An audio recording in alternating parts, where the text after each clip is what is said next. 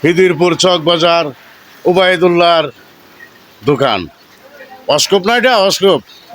সেখানে বৃষ্টির মধ্যে উবাইদুল্লাহর অস্কুপের বারান্দায় একটা লিশকাতোয়া, সেখানে পাগলনি গান গাচ্ছে মনের আনন্দে।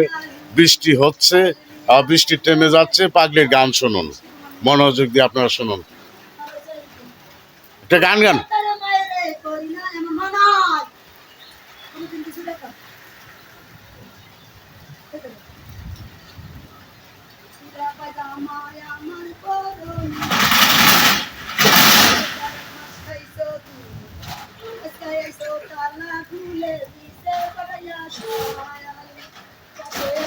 আমার বাবার ব্যবসা মোবাইলেতে উঠাই আমার বাবা আমার ছবি হাতো লাগাইয়া কান্দে রে কান্দে রে কান্দে রে।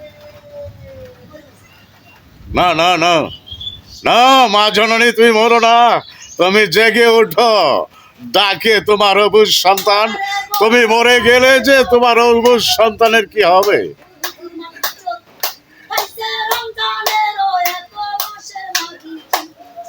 হাই আল্লাহু আকবার। হে রে দিন দুনিয়ার মালিক,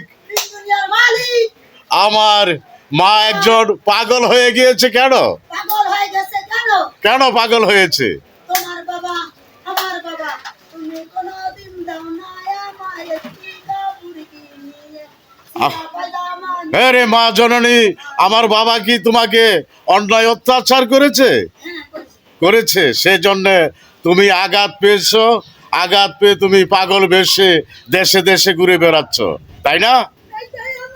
হ্যাঁ বটে।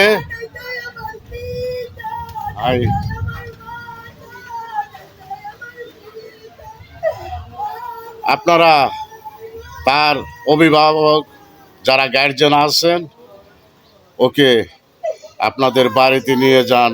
অসহায়ের মতো ঘুরতেছে আর কাঁদতেছে, যার যা খুশি তাই বলতেছে। আপনারা পাগল ফকির দেখলে কেউ কাউকে হিংসা করবেন না, সেও একজন সংসারী ছিল। তাই যে কোনো আঘাতে বাড়ির বাইরে হয়ে দেশে দেশে ঘুরে বেড়াচ্ছে, কাঁদতেছে।